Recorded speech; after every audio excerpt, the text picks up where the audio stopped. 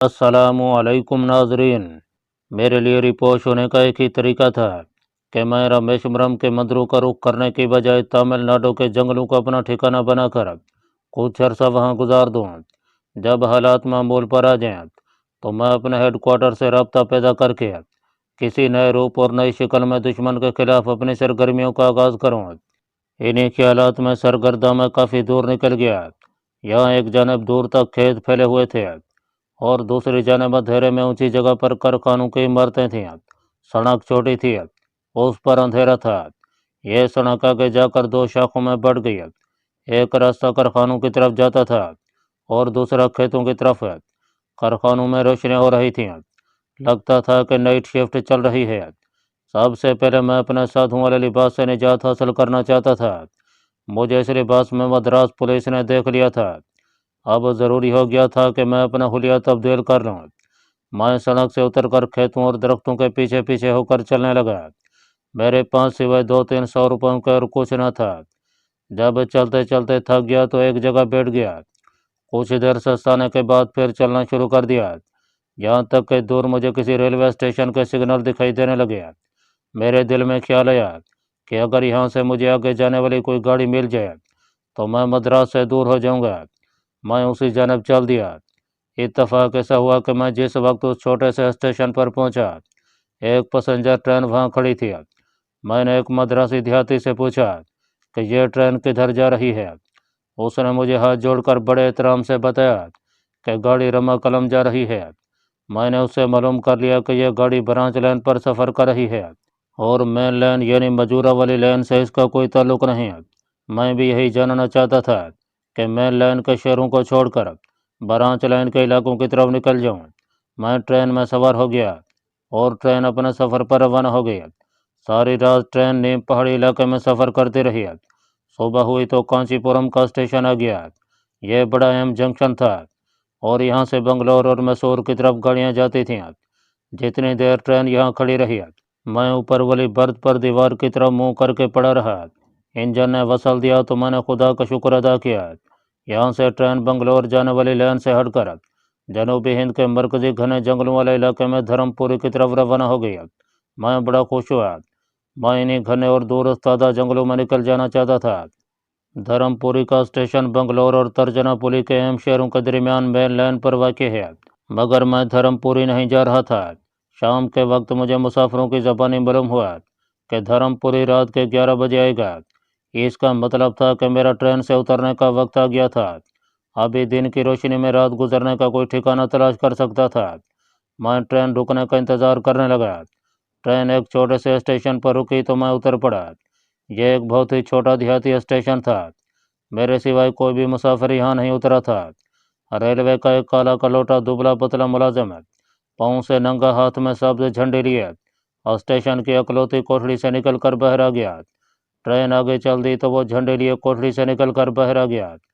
Train आगे चल दी तो वो झंडे लिपेटता कोठड़ी की तरफ बढ़ा, फिर मेरी तरफ देखकर आगे बढ़ गया। हाथ जोड़कर नमस्कार किया और तमिल में पूछा कि मैं कहाँ जाना चाहता हूँ। मैंने कहा, मेरे गुरु ने मुझे सोनाथम के पुराने मंदिर की यात्रा के लिए भेजा है। क्या तुम बता सकते हो कि यह मंदिर यहाँ से कितनी दूर होगा? वो गर्दन खुजाने लगा। महाराज, यहाँ से तो पट्टापुली का सिर्फ एक ही गांव है। उसमें विष्णु जी का एक छोटा सा मंदिर है। सोनाथम मंदिर तो यहाँ कोई नहीं है। मैंने मुस्कुराते हुए कहा, शायद दूसरे गांव में हो, मैं तलाश कर लूँगा। राम राम है। और मैं स्टेशन से निकलकर पट्टापुली जाने वाले कच्चे रास्ते पर हो लिया। अंधेरा लम्हा बलम्हा बढ़ता जा रहा था। मैं गांव की तरफ नहीं जाना चाहता था ताकि यहाँ कोई मेरा गवाह न बन सके। स्टेशन पर जो आदमी मुझे मिला था वो नागरेज था। मैं उसे बच नहीं सकता था। मैंने जानबूझकर उससे सोनाथम के मंदिर का पूछा था। मुझे मालूम था कि यह मंदिर शुमाल मगरब की तरफ कर्नाटक में मैसूर के करीब वाक़ है। यूँ अगर पुलिस मेरी तलाश में वहाँ आती भी है तो वो गलत रास्ते पर पड़ सकती थी, क्योंकि मैं अपना रुख गाँव के करीब से जनूब मशरक़ की तरफ फेर लिया था। मैंने गाँव वाली कच्ची सड़क छोड़ दी थी और खेतों में से गुजर रहा था। फिर खेत भी ख़त्म हो गया और वीरान पथरीला इलाका शुरू हो गया जहाँ दरख्तों की बहुतायत थी। मैं बहुत देर तक चलता रहा, हत्ता कि रात काफ़ी गहरी हो गई। अब ज़रूरत थी कि मैं रात बसर करने के लिए कोई महफूज ठिकाना बना लूँ। ऐसी कोई जगह जंगल में नजर नहीं आ रही थी। दरख्तों से निकलकर एक थोड़ी सी खुली जगह पर आया तो अंधेरे में छोटे से चबूतरे पर एक समाधि दिखाई दिया। यहाँ रात गुजारी जा सकती थी। समाधि की बुर्जी से टेक लगाकर मैं नीम दराज हो गया। मच्छरों ने तंग करना शुरू कर दिया। माचिस मेरे पास मौजूद थी। घास फूस इधर उधर से इकट्ठी करके वहां धुनी लगा दिया। धुएं की वजह से मच्छरों से काफ़ी निजात मिल गई थी। पैदल चल चल कर थक गया था। थोड़ी देर बाद ही मुझे नींद आ गई। खुदा जाने रात कितनी गुजर चुकी थी कि इंसानी आवाज़ों से मेरी आंख खुल गई। मुझे अंधेरे में 3 इंसानी से अपने करीब नजर आया। उनमें से एक कह रहा था, कोई साधु जोगी है, सोया रहने दो। दूसरा कहने लगा, यहाँ कैसे आ गया। तीसरे की आवाज़ आई, जोगी लोग जंगलों में ही फिरा करते हैं, इसे छोड़ो और उस औरत को तलाश करो जिसका सर उतारने के लिए हम यहाँ आए हैं। मेरे कान खड़े हो गए। ये लोग किसी औरत को कत्ल करने के इरादे से निकले थे। मुझे इनके हाथों में लंबे लंबे छुरे नजर आए। उन्होंने रात के अंधेरे में इधर उधर देखा और फिर जनूबी दरख्तों वाले टीले की तरफ चल दिया। मेरी जान में जान आई। ये कम बखत मुझे सोते में कत्ल कर सकते थे। जो ज्ञाना भैंस ने मेरी जान बचाई थी। मैं वहीं समाधि के पास लेटा रहा, मगर इसके बाद मुझे नींद न आई। बाकी रात मैंने जाग कर गुजार दिया। जब दिन का उजाला हुआ तो उठा और जनूबी टीले से हटकर मशरक की तरफ चलने लगा। आगे एक चौड़ा सा पहाड़ी नाला बह रहा था। यहाँ मैंने मुंह हाथ धोया और फिर नाले के साथ साथ चलने लगा। खुशकिस्मती से एक जगह नारियल का पेड़ मिल गया। उसके नीचे 2-4 नारियल गिरे पड़े थे। उन्हें तोड़कर प्यास और भूख मिटाई। यहाँ दरख्तों के दरमियान एक छोटी सी पगड़ नदी पर चलता रहा। बस्ती तो ना ही, अलबत्ता जंगल ज़्यादा घना हो गया था। एक झुग्गी दिखाई दी जो बाएं जानब दरख्तों के दरमियान बनी हुई थी। मैं झुग्गी की तरफ बढ़ा। यह एक छोटी सी झोंपड़ी थी जिसकी छत दरख्तों की शाखें डालकर बनाई गई थी। उसका दरवाज़ा छापे की तरह था जो आधा खुला था। वहाँ कोई इंसान नजर नहीं आया तो मैं झोंपड़ी के अकब में आ गया। एक जानब जरा फासले पर पुराने तालाब की मुंडेर नजर आ रही थी। तालाब खुश्क था। झांक कर देखा तो देखता ही रह गया। तालाब के पत्थरों में 3 आदमियों की लाशें पड़ी थीं। उनकी हालत खराब हो रही थी और उनका रंग सब्ज और स्याह हो रहा था। तालाब के अंदर से बू उठ रही थी। साफ लग रहा था कि इन आदमियों को सांप ने काटा है। कहीं ये वही आदमी तो नहीं जो आधी रात को यहाँ किसी औरत को कत्ल करने आए थे। तालाब के पास खड़ा नहीं हुआ जाता था। मैं जल्दी से पीछे हट गया और तेज तेज कदमों से झोंपड़ी के करीब से निकलकर दरख्तों की तरफ चलने लगा। ऐसे लगता था कि इन्हें सांपों ने काटा और फिर किसी ने इन लाशों को घसीट कर इस तालाब में फेंक दिया है। मैं वहां से जितनी जल्दी हो सके दूर निकल जाना चाहता था। दरख्तों का घनापन खत्म हुआ तो जरा खुली जगह आई। एक तरफ से झरने की आवाज़ आ रही थी। गर्मी लग रही थी। मैंने सोचा कि यहाँ नहा लेना चाहिए। नहाने से ताज़ा दम हो जाऊंगा। यह नदी दरख्तों के पीछे जरा नशे में थी। मैं घास की मुंडीर पर से होकर नीचे उतरने लगा था कि मेरे कदम अपने आप रुक गए। नदी में एक औरत नहा रही थी। वो सर तक पानी में थी। शायद नदी में बैठी हुई थी। मैं पीछे हट गया। सोचा ये औरत जब नहा कर वापस चली जाए तो मैं नहा लूंगा। नदी से हटकर मैं एक तनावर दरख्त के पीछे बैठकर इंतजार करने लगा। वहां बैठे बमुश्किल 5 मिनट गुजरे होंगे कि मुझे सांप की फुंकार सुनाई दिया। मैं जल्दी से उठकर दरख्त के पीछे हो गया और जिधर से फुंकार की आवाज़ आई थी उधर देखने लगा। एक काला सांप जमीन पर रेंगता चला रहा था। उसने अपना फन उठा रखा था। वो तेजी से फुंकारता हुआ नदी की तरफ चला गया। मैं डर गया कि अब औरत की खैर नहीं। मुझे उसे खबरदार कर देना चाहिए, लेकिन जाने क्यों मैं अपनी जगह से हिल न सका। शायद ये सांप की दहशत की वजह से था। सांप मुझे भी डर सकता था। मुझे यकीन था कि अभी नदी की तरफ से औरत की चीख की आवाज़ आएगी।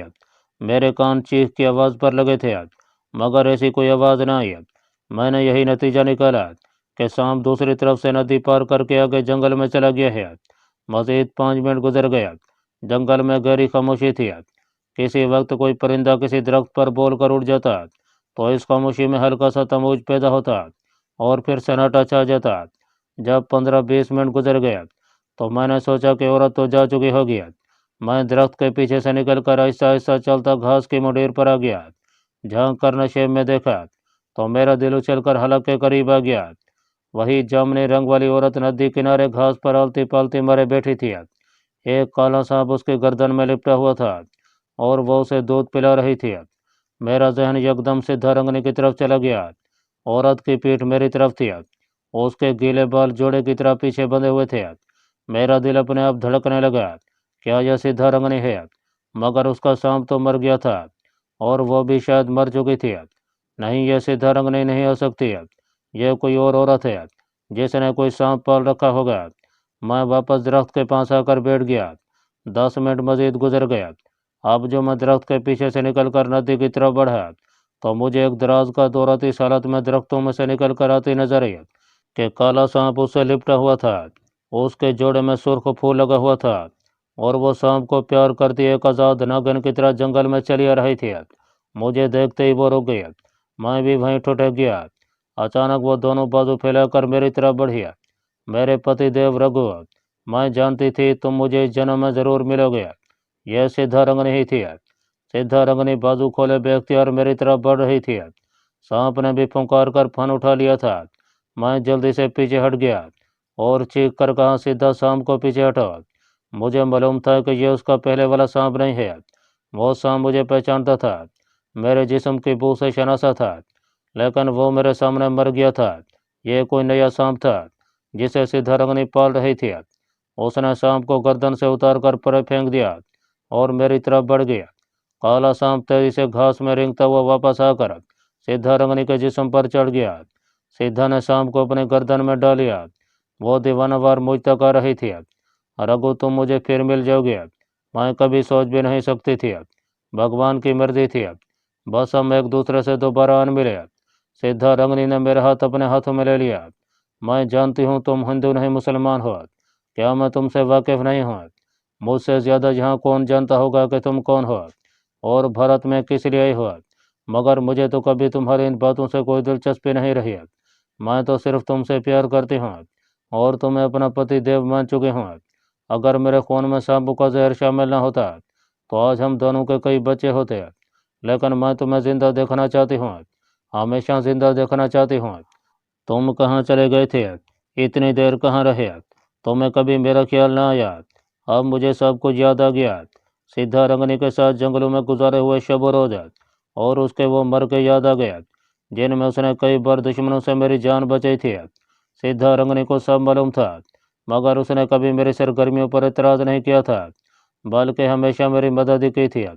इसकी वजह सिर्फ यह थी कि वह मुझसे सच्चा प्रेम करती थी। एक बार नहीं बल्कि कई बार वो मुझसे कह चुकी थी कि मैं पिछले जन्म में भी उसका खामंद रह चुका हूँ। वह मुझे अपनी झोंपड़ी में ले आई। उसने मुझे चावल और जर्द जंगली केले खाने को दिए। वो मेरे साथों जैसे भेज पर बिल्कुल हैरान न हुई। मुस्कुराते हुए पूछने लगी, क्या पुलिस तुम्हारे पीछे लगी हुई है रघु? फिक्र न करो, यहाँ पुलिस नहीं पहुँच सकती। मेरे सांप रास्ते में ही उसे ठिकाने लगा देंगे। मैंने उसे बताया कि पुलिस मद्रास में मुझे गिरफ्तार करना चाहती थी। मैं बड़ी मुश्किल से उनके चुंगल से निकलकर इधर भाग गया हूँ। मेरी बातों पर वो मुस्कुराए बगैर ना रह सकी। मैं कितनी खुशकिस्मत हूँ कि मुझे मेरा पति देव मिल गया। रघु, मैं जानती हूँ इस जन्म में तुमने एक मुसलमान घराने में जन्म लिया है। फिर क्या हुआ? अगले जन्म में तुम फिर हमारे मजहब में आ जाओगे। ना भी आओ तो क्या फ़र्क पड़ता है? हम तो एक दूसरे से इसी तरह मोहब्बत करते रहेंगे। एक दूसरे को इस संसार में तलाश कर लिया करेंगे। पति पत्नी का नाता जन्म जन्म का नाता होता है। ये भगवान का सबसे पसंदीदा नाता है। ठहरो, मैं तुम्हारी आरती उतारती हूँ। मैं झोपड़ी में घास के बिस्तर पर बैठा केले खा रहा था। वह उठी बहर गई। थोड़ी देर बाद वापस आई तो केले के चौड़े पत्ते पर गुलमोहर के 2 सुर्ख फूल रखे हुए थे। उसने फूलों वाला पत्ता मेरे कदमों के पास रख दिया, फिर लोबान सुलगाकर उसे मेरे चेहरे के आगे 7 बार फिराया। मेरे माथे को अपनी जबान की नोक से चूमा। मुझे सबसे ज्यादा खतरा उसकी गर्दन में पड़े सांप से था। चुनाचे जब वो मेरे माथे को चूमने लगी, तो सांप ने फन उठा लिया। सिद्धा ने सांप को फौरन अपनी कमर के पीछे डाल दिया। मुझसे रहा न गया। मैंने कहा, सिद्धा, खुदा के लिए सांप को कहीं भगा दो। यह तुम्हारा पहले वाला सांप नहीं है जो मेरे जिस्म की बू से वाकिफ हो। सिद्धा रंगनी मुस्कुराने लगी। तुम घबरा रहे हो, यह दूसरा सांप जरूर है, मगर अब जान गया है कि तुम मेरे पति देव हो। यह तुम्हें कुछ नहीं कहेगा। ये लो, इसे अपने हाथ में ले लो। लो, उठा लो इसे। और उसने काले सांप को मेरी झोली में फेंक दिया। मेरी चीख निकल गई।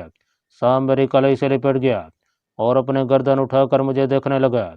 सीधा कहका लगा कर बोली, देखो ये मेरे पति देव के पास जाकर कितना खुश हो रहा है। उसने मुंह से 3-4 बार हल्की हल्की सीटी की आवाज़ निकाली। शाम मेरी कलाई से उतरकर उसके पास चला गया।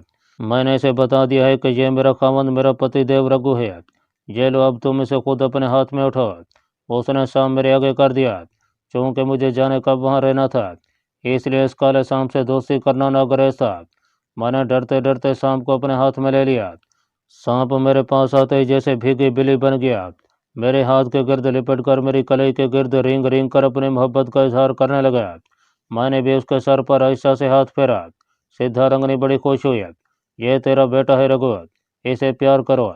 यह तेरी खातिर अपनी जान भी कुर्बान कर सकता है। सांप मेरी कलाई के गिर्द लिपटा हुआ था। सीधा मुझसे बातें करने लगी। रघु इसे प्यार करो, यह तेरी खातिर अपनी जान भी कुर्बान कर सकता है। अचानक मुझे तालाब वाली लाशों का ख्याल आ गया। मैंने उन लाशों का जिक्र किया और पूछा कि क्या वो लाशों को जानती है। सिद्धारंगनी का चेहरा एकदम गहरी रंगत इख्तियार कर गया। उसकी केसरी आंखें सुर्ख हो गईं। चौड़े नथनों से सांस फुंकार की तरह निकली। वो मुझे हलाक करने आए थे, लेकिन नहीं जानते थे कि यहाँ मेरे सांप मेरी हिफाजत करते हैं। याद रखो, अगर तुम्हारे दिल में मेरे खिलाफ कोई दुश्मनी के ख्यालात होते तो मेरे सांप निकल कर तुम पर ज़रूर हमला करते। मैंने पूछा कि ये कौन थे और हलाक करने क्यों आए थे। मैं मालूम करना चाहता था कि कहीं इनका भाई बन तो वहाँ नहीं आ जाएंगे, क्योंकि वहाँ किसी भी इंसान का आना मेरे लिए हलाकत का साबित हो सकता था। सिद्धारंगनी कहने लगी, इनको दरिया पार के सपेरे नाथे ने भेजा था। वो मेरा दुश्मन है, चाहता है कि मैं ये इलाका खाली करके बंगलोर के जंगलों में निकल जाऊं। वो इस इलाके का राजा बनकर यहाँ राज करना चाहता है। मैंने उसकी बात नहीं मानी तो उसने ये 3 आदमी मेरे कत्ल करने को भेज दिया। इसका मतलब था कि नाथन सपेरे के मजीद आदमी भी आ सकते थे और उन्हें मेरी खबर हो सकती थी। मैंने अपने दिल की बात सिद्धारंगनी पर वाज़ेह कर दिया। मैंने उससे कोई बात छुपाना नहीं चाहता था। वो हंस दिया, कहने लगे, रघु तुम मेरे पति देव हो, तुम क्यों घबराते हो। यहाँ मेरा जो भी दुश्मन आया वो जिंदा बच कर नहीं जाएगा। जब वो जिंदा बच कर जाएगा ही नहीं तो किसी को जाकर कैसे बताएगा कि सिद्धा के पास एक अजनबी आदमी आया हुआ है। यहाँ के लोगों को क्या मालूम कि तुम कौन हो। और फिर मैं तो सबको बता दूंगी कि तुम मेरे पति देव रघु हो। पहली बात तो यह है कि इधर कोई नहीं आता। मैं अपने सांप बेटे और दूसरे सांपों के साथ बिल्कुल अकेली रहती हूँ। ये सांप मेरी हिफाजत कर रहे हैं, बल्कि अब तुम्हारी भी हिफाजत करेंगे। हम झोंपड़ी से निकलकर खुली हवा में बैठ गए। रात का अंधेरा चारों तरफ फैल गया था। सिद्धारंगनी ने झोंपड़ी के अंदर नारियल के तेल का चिराग जला दिया। खुली जगह में रात की ठंडी हवा चल रही थी। सिद्धारंगनी ने मेरा हाथ अपने हाथ में ले रखा था। वादा करो कि अब तुम मुझे छोड़कर नहीं जाओगे। मैं उसे किसी वक्त भी छोड़कर जा सकता था, लेकिन मुझे अभी जाने की जल्दी नहीं थी। मैं वहाँ रहने के लिए ही आया था, ताकि इत्मीनान से सोच सकूं कि मुझे आइंदा क्या अमल इख्तियार करना होगा। मैंने कहा, मैं वादा करता हूँ सिद्धा कि अब तुम्हें छोड़कर नहीं जाऊँगा। वो मेरे इतना कहने पर इस कदर खुश हुई कि मेरे पाँव पकड़कर हाथ अपने सर पर लगाया। उसकी आंखों में आंसू छलकने लगे। रघुपति देव तुम मर्द हो। मर्द एक औरत के दिल को टटोल कर नहीं देख सकता। तुम अंदाजा नहीं लगा सकते कि एक औरत जब किसी मर्द को अपना पति मान लेती है तो फिर उसके लिए अपनी जान कुर्बान कर देना एक मामूली बात होती है। हम झोंपड़ी के बाहर बैठे थे। काला शाम सिद्धा की गर्दन से लिपटा जैसे सो गया था। मुझे नींद आ रही थी। मैंने हल्की सी जमा ही ली तो सिद्धा जल्दी से उठकर झोंपड़ी में आ गया। उसने सूखे पत्तों के ऊपर मेरे लिए दरी बिछा दिया और बोली, अंदर आ जाओ रघु, मैंने तुम्हारे लिए बिस्तर लगा दिया है, अब तुम आराम करो। मैं झोंपड़ी में जाकर जमीन पर बिछी हुई दरी पर लेट गया। सारे दिन के सफर का थका हुआ था। सिद्धा कहने लगी, मैं बाहर रहूंगी, बेफिक्र होकर सो जाओ, मेरे सांप तुम्हारी हिफाजत करेंगे। थोड़ी देर बाद मुझे नींद आ गई। आँख खुली तो दिन काफ़ी निकल आया था। सिद्धा बाहर नहीं थी। मैं मुँह हाथ धोने नदी की तरफ गया तो वहीं ठुठक गया। सिद्धारंगनी नदी में नहा रही थी। उसका सांप नदी के किनारे फन उठाए शायद पहरा दे रहा था। मेरी बू पाकर उसने गर्दन मेरी तरफ मोड़कर फुंकार मारी तो सिद्धा ने जल्दी से पलट कर देखा। मैं वहां से हट गया। थोड़ी देर बाद सिद्धा बानू को झटकती मेरे पास आई और कहने लगी, जाओ अब तुम स्नान कर लो। मैं नहा धोकर वापस झोंपड़ी में आया। मेरा दिल चाय पीने के लिए बेताब था, मगर वहाँ चाय नहीं मिल सकती थी। सिद्धा भी मुझे अच्छी तरह जानती थी। उसने फौरन आग जलाई और उस पर धुआं से काली एक कतली रखती हुई बोली, मेरे पास चाय मौजूद है। मैं खुश हो गया। कहने लगी, मगर दूध नहीं है। तुम तो बगैर दूध के चाय पी लिया करते हो रघु। क्यों नहीं तुम चाय तो बनाओ। चाय आग पर रखकर सीधा झोंपड़ी से मेरे लिए एक अनानास और कुछ केले ले आई। हम दोनों केलों और अनानास का नाश्ता करने लगे। फिर वो मट्टी के डोंगों में चाय डाल कर ले आई। चाय कड़वी मगर जायकेदार थी। चाय ने मेरे जहन को रोशन कर दिया। बातों ही बातों में मैंने सीधा रंगने से पूछा कि क्या किसी तरीके से कोई ट्रांसमीटर पैदा किया जा सकता है। वो मेरी तरफ देखने लगी। उसकी काली आंखें चमकने लगी। क्या तुम मद्रास रेडियो के गाने सुनना चाहते हो रघु? मैंने कहा, यही समझ लो। लेकिन तुमसे मेरी कोई बात छुपी हुई नहीं है। मैं पीछे अपने बात से कोई बात करना चाहता हूँ। अगर रेडियो ट्रांसमीटर मिल जाए तो मैं उसे वायरलेस सेट से तब्दील कर सकता हूँ। सिद्धा कुछ सोचने लगी। चाय का डोंगा उसने अपने हाथ में थाम लिया था। यहाँ से 6-7 कोस नीचे की तरफ खेतियाँ हैं। वहाँ एक छोटा हवाई जहाज उन पर दवाएं छिड़का करता है। मेरा ख्याल है उस हवाई जहाज में ज़रूर छोटा रेडियो लगा हुआ होगा। छोटे जहाज का सुनकर मेरे दिल में उम्मीद की किरण रोशन हो गई। यकीनन ससीना किस्म का हवाई जहाज होगा और उसके अंदर छोटा वायरलेस सेट भी होगा। मैंने जल्दी से सिद्धा से पूछा कि ये तियारा कब और किस वक्त वहाँ आता है और उसे रात को कहाँ रखा जाता है। सिद्धा कहने लगी, वहीं खेतों के किनारे एक बहुत बड़ा कमरा सा बना हुआ है। यह जहाज वहीं पर रखा जाता है। मेरा मसला हल हो गया था। सिद्धा, क्या तुम मुझे उस तैयारे तक ले जा सकती हो? मुझे यकीन है कि उस तैयारे के अंदर छोटा सा वायरलेस सेट ज़रूर लगा हुआ होगा। मैं उस सेट के जरिए पीछे अपने बाप से बात कर सकूंगा। सिद्धा मेरे साथ बेइंतहा और बड़ी सच्ची थी। कहने लगी, मैं तुम्हें वहाँ लिए चलती हूँ। लेकिन हवाई जहाज़ बड़े कमरे के अंदर बंद होता है, बाहर पहरा भी होता है। फिर खुद ही कुछ सोचने के बाद बोली, तुम फिक्र न करो, हम अंधेरा होने के बाद वहाँ जाएंगे। पहरेदार को मेरा सांप संभाल लेगा। तुम अंदर जाकर हवाई जहाज़ में से अपनी पसंद की चीज़ निकाल लेना।